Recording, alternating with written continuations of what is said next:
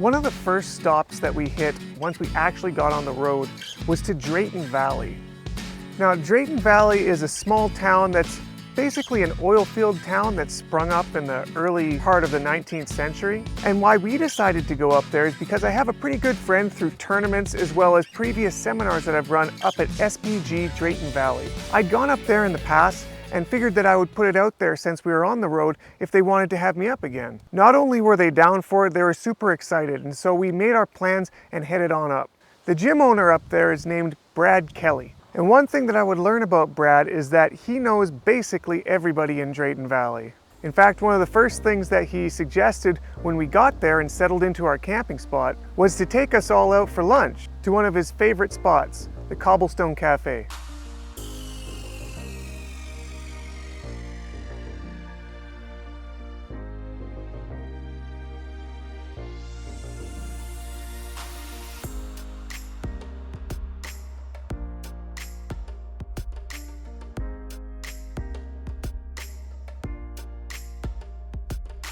It was kind of cool the more we were in Drayton Valley, realizing how many people knew different people, and just that small town mentality was really cool and refreshing. Brad referred to everybody at the restaurant by name and even brought over the owner who was bringing out our food to discuss about him bringing me up for the seminar, as well as introducing me to him, and even discussed as small business owners how things were for us over the lockdown. We had a fantastic meal, had great talks, but just like any typical Jiu-Jitsuka, it all came back to Jiu-Jitsu partway through the conversation, and I really started wanting to get in there and get training at the SBG Gym.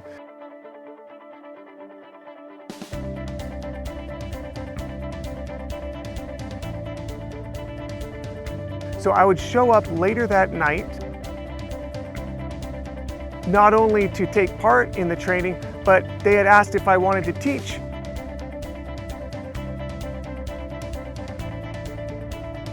Which of course I said yes to, and I would manage to teach a few classes throughout the week.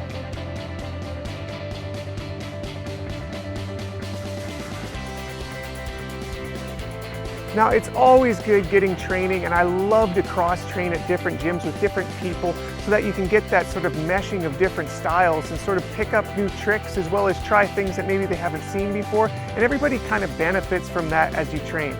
But the thing that was really exciting to me was they were running kids classes now, and my daughters, who I had trained for years at my own academy, had not had the chance to train for months and months. In fact, this would be the first time training with actual kids, barring one class that we were allowed to have at the old gym before it got fully shut down, since about November of 2020. Brad is one of those guys who was born and raised in the town he's at, and his family has an amazing farm that he brought us out to sort of experience that country life. The kids went out on quads, had tons of fun experiencing nature.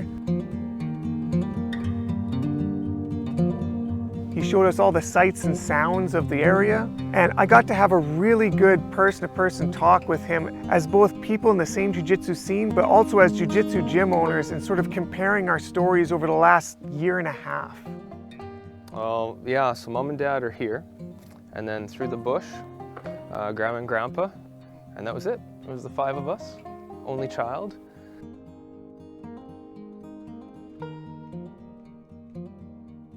We were big in soccer. That was our life. My daughter Cameron actually started Jiu-Jitsu. So we saw a little ad online. She started when she was just about 5. She did every tournament, every competition, every gym function. She was absolutely hooked. So she was hooked, which meant we were hooked. She was in it for a few years before we were. She was in it for, I think, about 3 years, and kind of getting burnt out. She was kind of wanting to take a break, and which was okay, but we were worried that she was going to lose it, and she kept bugging me. And I kind of just had to do it, because I said, well, if you stick, if I join, will you stick with it, kind of thing. I always enjoyed scrapping, and I loved the people that were there. There's something about it that kind of kills the ego and humbles you There was something pretty cerebral about it too, you know, it's just you in that moment, and there's no bullshit on the mats. It goes through real quick, and you're either good or you're not.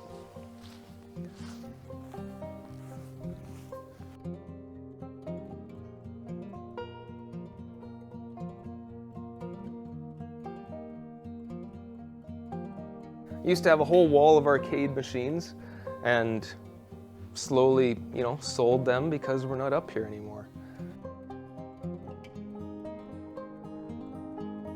You know, life gets busy, and then you kind of don't get to enjoy these things anymore, so that's kind of why I decided to sell the arcade machines so that somebody could actually get some enjoyment out of them. I enjoyed games. I was good at games. There's just something about having the giant cabinet and the old sounds and being able to like hands-on instead of like a little remote control. It took you away. Whatever your day was, you were in there. It's just you and that game, and it's different when it's just a little TV. But here, you know, the screens come in and you're kind of enclosed and you got that glow.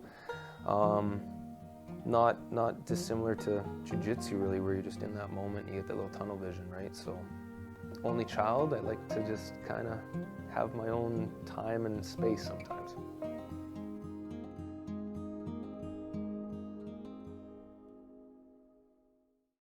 When we went out for lunch, we were talking about the effects of the last year for your business. Being in a small town, it can be somewhat different than big cities. Did you find that was the case? Absolutely. We were lucky in that sense for sure. There's less eyes on you, and it's a different mentality. You've got a lot of people supporting each other in a small town, and people for the most part kind of keep their noses out of other people's business if they're not in favor of what they're doing.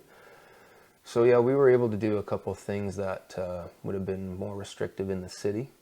Plus, when they went regional with the restrictions, we avoided some of those too. So the cities were on lockdown sometimes at different times than we were. Yeah. So we were able to do things that other gyms couldn't, which, whatever, you got to do what you got to do. But we were uncomfortable with it. It was, we're advertising at the time because we were allowed to be open. And we know that people in our circle that had to close and are fighting to make ends meet didn't have the luxury of being open at the same time. And, it was tough. In a way, it felt like you were rubbing it in people's faces almost. Yeah, I could see that. It's because there were so many different rules for different locations, and the way that the goalposts kept shifting almost weekly, monthly. There was always new updates, new rollbacks, new restrictions, back and forth. It really did shuffle the deck in strange ways depending on how they affected you personally. Yes. Yeah, there was no predictability at all. You were always on edge, right? You'd get maybe some momentum. Okay, we're allowed to be open. You'd get a couple trials or leads, and then you never knew if, in a week or two, things were going to be closed up. Mm-hmm. So you were just pinching pennies. You were trying not to spend too much on like above and beyond expenses. You're like, well, do we make a gi order? Do we bring in rash guards, or do we just hunker down? But then you still get new people coming in, and they needed some gear. It was really tough to actually try and figure out a plan, like to operate. Mm-hmm. An operational plan was really tough to go by. Yeah, it started with, can we operate? Should we operate? How do we, if we do? Is there small pods, expenditures, like you're saying that you would, like when you order gis and rash guards, it's not just one or two. You got to bring in thousands of dollars for every order. So it's a major commitment for a small business to figure out when, again, we don't know if you're going to be open in 2 weeks from now. That's right. Yeah. So I think the thing that a lot of people didn't realize, definitely in my experience during the pandemic, and I know you had expressed this as well, is that if you didn't have a small business, from the outside, it looked like we were being taken care of. The government had all of these stimulus things and loans and grants, and they kept announcing all these different ways that they were going to take care of small businesses. But from the ground floor level, what did it look like for you? It's a super important observation, I think. I would say in Alberta, we function off a small business. And I would say we have a large percentage of operations are small business. But there's a larger percentage that are consumers. And from the outside looking in, it sounds like the government's taking care of us. It sounds like, it's business as usual. You got to either, rotate employee hours or, cut your hours, lower expenditure, whatever. But a lot of us didn't qualify for those grants or funds. And like you had said, it was a lot of gaslighting. It appeared like the government was helping out and that every business qualified and they were going to get enough funding to get through that hump. But the funding was small if you qualified. Yeah, this is what I found in my experience too, is that there was a number of things that you could apply for. The application process was miles of red tape that you had to wait an indefinite amount of time for even a reply to see if you got accepted for it. And then the few times that some people got accepted, it was pittance. It was basically what you could make collecting bottles in the local parks in the same amount of time. Yeah, no, it's exactly right. It wasn't what it sounded like. They always use the biggest number, right? You could qualify up to 10,000. But at that stage, you're probably okay if you would qualify for that much, right? For the most part, it was 1,000, maybe 2,000 that majority were qualifying for, but it sounded so grand, right? Yeah, for people that have leases and overhead in the, 4 to 5 digit range monthly, $1,000 it's nice. It's not nothing, but it's almost nothing because it doesn't get you through a full month. In fact, a lot of times it barely covers part of one bill, Absolutely. So, and it was through the winter months. Yeah, and I felt like a lot of the average folk out there, they didn't really understand why you were in trouble. It's like, what's the big deal? All I hear about is all of these grants and loans and government stipends that are coming your way. Just hunker down, be safe, stay in your little hole, don't do anything, and we're all going to get through this in 2 weeks to 2 years. Yeah. No, that's exactly it. It was unpredictable, and the people that were struggling, they were eating into their savings because there was a hope that it was only going to be a week or two because that's what we were being told. So you're like, all right, we'll go 2 weeks. And then it becomes a little bit longer. So now you're 6 weeks. You're like, well, all right. Then you got to make those difficult conversations with, a business partner or a significant other, a spouse, and say, well, you got to make that decision. Do we just call it here and let all of our sweat and tears, fold that, or let's be hopeful, let's go another 2 weeks. And that was a big problem, was nobody was able to set, let's go 3 months, and if it's still on, we're going to have to fold the business, because we were always promised little steps at a time. So there was no smart entrepreneurs that typically create an end goal of some kind. We weren't able to. And I think they ate into their savings a lot more than they would have if it could have been more predictable. And a lot of these people, they got to recover somehow. It's taken years off of their end lives, the golden age, because they probably sank a lot more into hopes and promises.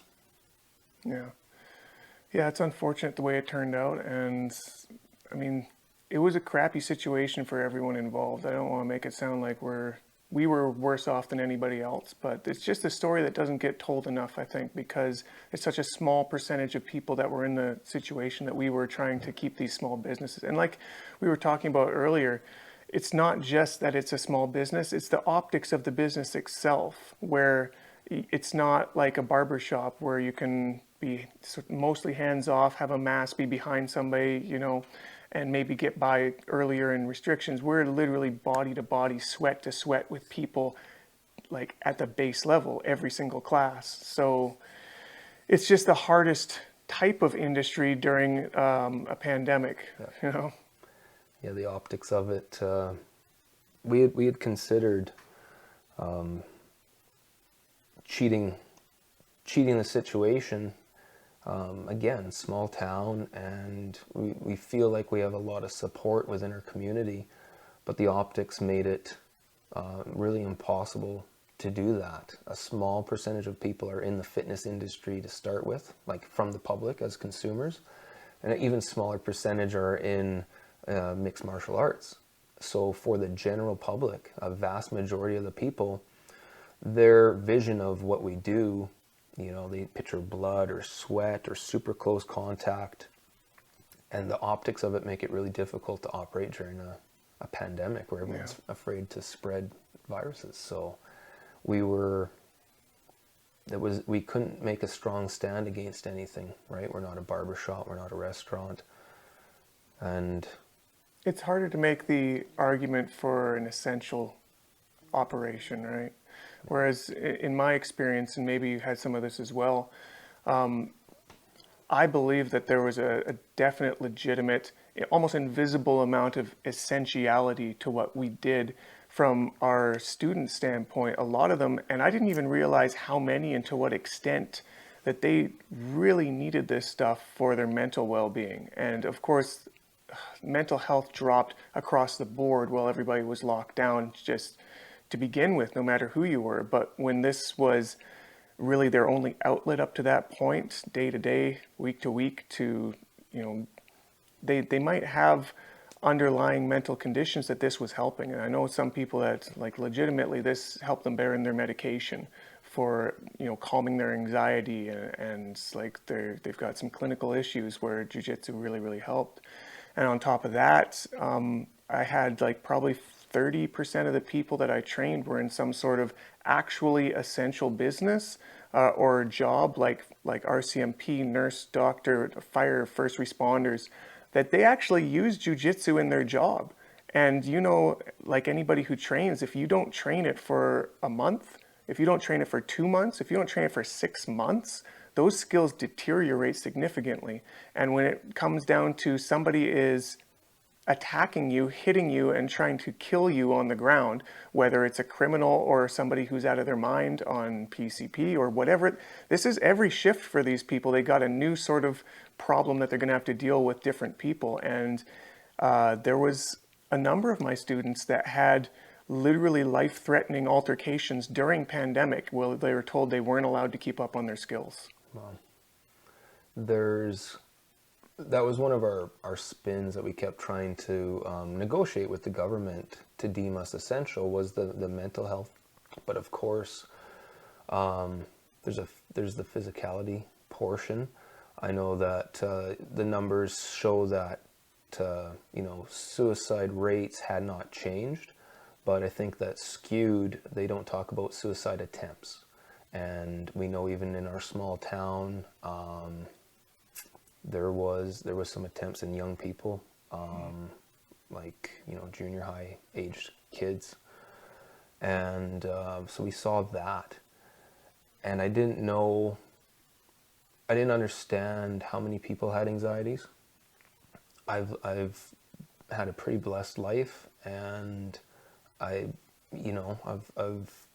been fortunate enough to be, you know, pretty positive and upbeat.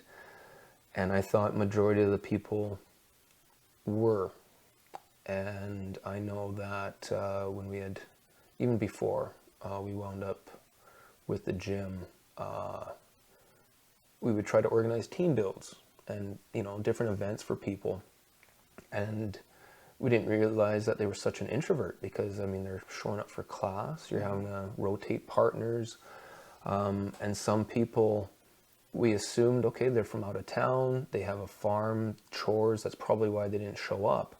And then you find out later, when you're in a different role, a bigger role within the gym, and the people open up to you a little bit more, they would sometimes pull up to the door and not be able to go in. They would freak out. Yeah. They couldn't go in, and they'd been doing it for years, some of them colored belts. And that was an eye-opener. And then luckily we knew of that realm before the pandemic.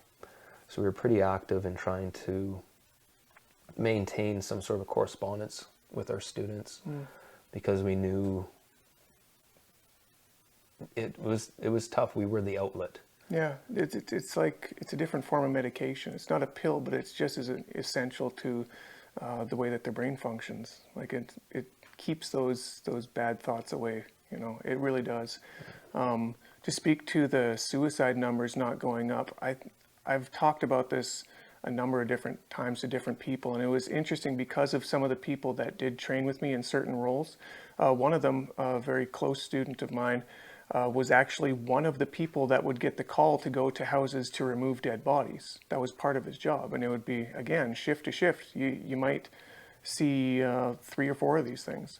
And the thing is that it's very rare, in his experience, he told me firsthand, it's very rare that they would even cite it as a suicide. All they do is pick the body up and move it to the morgue. If there's suspicious circumstances, they might look into it a little bit more. Otherwise, it's ruled a death. And, you know, unless there's a reason to go any further, it doesn't even get tracked on any sort of government or statistical site as a suicide. It's not a tracked metric, generally speaking. So to say that suicides didn't go up, we saw across the board that suicide hotline calls went up. Yeah. I mean, correlation accounts for a certain amount of that. I mean, everybody can say their own anecdotal stories here and there, but just in my own life, literally the person behind me across the alley went into his garage and shot himself in the head. 2 small kids, a young wife. He was an oil field employee that hadn't been to work in 10 months and had no chance to pay his bills, you know. I don't know if we'll ever properly know what the suicide metric was, but I think it's kind of ignorant and self-serving to, depending on what side of the political spectrum you are, to just assume that it didn't, because you don't suffer from what all these other people were suffering from. But it's a sad story, but again, I felt like that was, in my particular role as a gym owner, it fell on me to a certain point where if I wasn't giving them their medicine, like this is, like I said, it's not a pill, but this is what helps their brain stop the dark thoughts. It's part of that rested on my shoulders, you know. Yeah, that's, I guess we'll talk about this side, I guess, now too. We picked and chose our moments, but we didn't always follow the lockdowns. Yeah, I've been open with that as well. We were unable to advertise because we like to be a strong influence in the community. We want to make sure that people trust our actions and our opinions and our words, especially if we're promoting another business. We want them to go there because they value our opinion. So we had to, we never really took on new students, but we kept operating during certain moments, during those waves, because we just couldn't follow the rules anymore, because we knew there was people that they would stop texting you back, or you would just see their social media posts were changing, right? It wasn't, it was very negative stuff. And then the kids, because during these waves, right, sometimes you'd be open, sometimes you wouldn't. And then we saw kids, we do 2 things generally. If they're really high strung, they usually mellow out and they learn focus. If they're super quiet and shy, they open up. We saw average kids that were, never really fazed by either side, come back in after a lockdown period and be totally shy. We do our little mat chat after class, and the hand would come up, wanting, can I go see my mom now? And these were kids that were completely like nowhere near that before. So it affected the kids. I remember one of our classes back, that's when I had to tell Trina and our coaches, and I said, we've tried, we've done this to a T, And then they announced another lockdown. I said, we can't. Yeah, that was me too. It was the third one for me. I had stuck to the rules for up to that point. It was like 12 months where I wasn't allowing any training. It's definitely not in the gym. There were some people that were trying to do some small pods in their own basements that I would lend mats to. Yeah. But I mean, as far as a business is concerned, there was no business. I wasn't willing to open it up because I don't consider myself a criminal. You know what I mean? I'm not looking to go break the law. In fact, it's important to me that we try to stay, above board in all things. But it was just an attrition thing after a certain amount of time. And like you're saying, you had to start being honest and make these decisions rationally as time went on. And it felt like the rationality wasn't part of the conversation by the time the third lockdown hit. We're like, at this point, we decided to do closed door training. And again, it was specifically for those people that really needed it. They were really the only ones that I was reaching out to because I felt like they're actually in physical harm's way if they aren't getting this, whether it's for their own self-worth, self-being, but also for those people that go hands-on with people every single day during their shift. Super important. And it wasn't even really to keep the bills paid because it definitely didn't. You know what I mean? Like maybe 15, 20% of the people that were part of the program in March of 2020 were part of the behind closed doors training. It didn't pay any bills. It was more for that small community to keep people well. Yeah. The moral compass said, we got to do this. Yeah. That was our breaking point when some of the things were contradictory. Well, that can be open, but not that. But then that moral compass just kind of kicked in. We're like, well, we'll take whatever fall it takes. But these people, they need it. They absolutely needed it.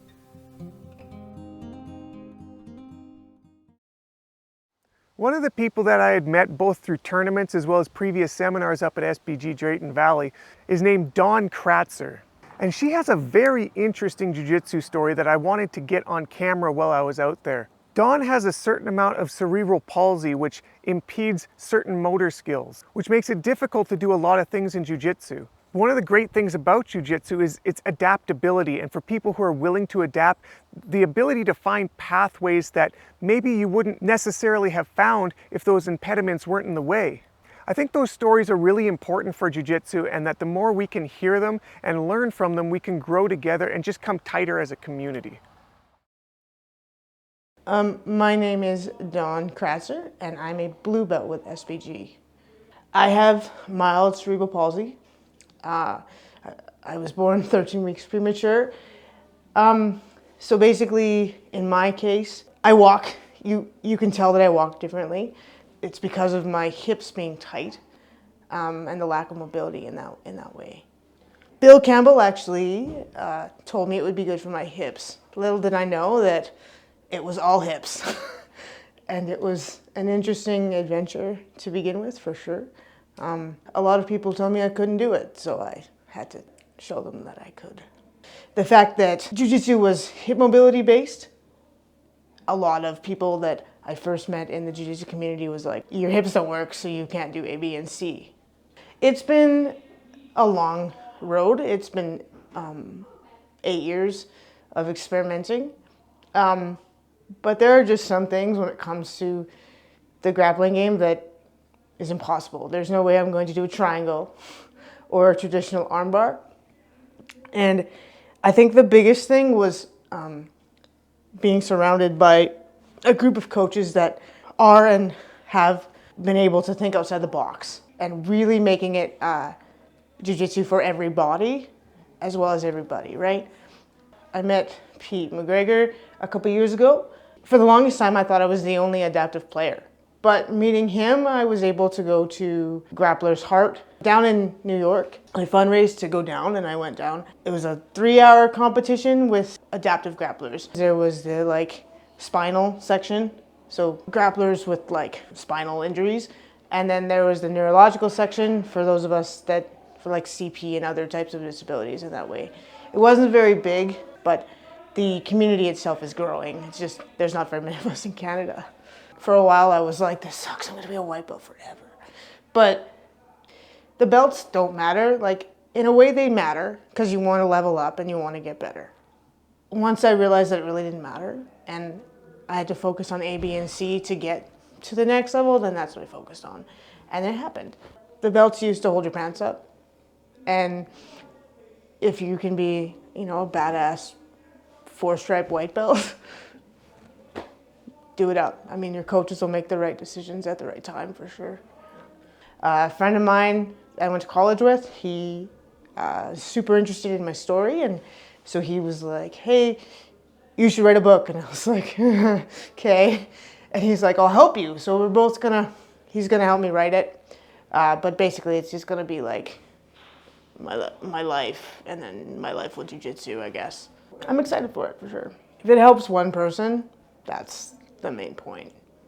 I think Jiu-Jitsu is looked upon by people as like this scary martial art where you're beating people up and you're trying to break limbs and strangle them, but it's a whole other world. Like, when you take that first step to go into the door of the gym and on the mat with a bunch of strangers and they're accepting of you, it becomes like a family. If it wasn't for this organization, both in Drayton and Edmonton and worldwide, I don't even know where I'd be right now.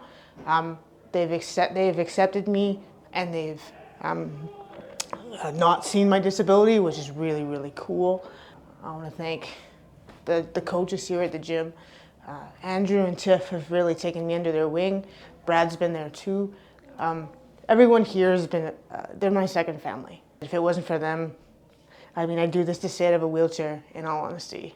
Things will get frustrating. Not every day is your day, but just keep at it. And every day you get on the mat is a blessing. Don't ever take it for granted, especially after this past year.